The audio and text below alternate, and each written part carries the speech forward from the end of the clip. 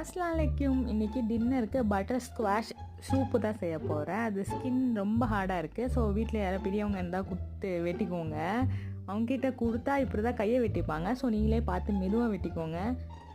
உள்ளே இருக்க சீடெல்லாம் நான் ரிமூவ் பண்ணிக்கிறேன். ஸோ ஒரு மீடியம் சைஸில் இதை நான் கட் பண்ணி எடுத்துக்கிறேன். ஏன்னா நான் பேக் பண்ண போகிறேன். இதை கார்லிக்கோட ஹெட்டு மட்டும் ரிமூவ் பண்ணி அதுவுமே நான் எடுத்து வச்சுருக்கேன். ஒரு ஃபுல் ஆனியன், நம்ம மண்டை எடுத்த கார்லிக், அதுக்கப்புறம் நம்ம வெட்டி வச்ச ஸ்குவாஷ் இதெல்லாம் சேர்த்து பட்டர் கொஞ்சம் ஆட் பண்ணிக்கிறேன்.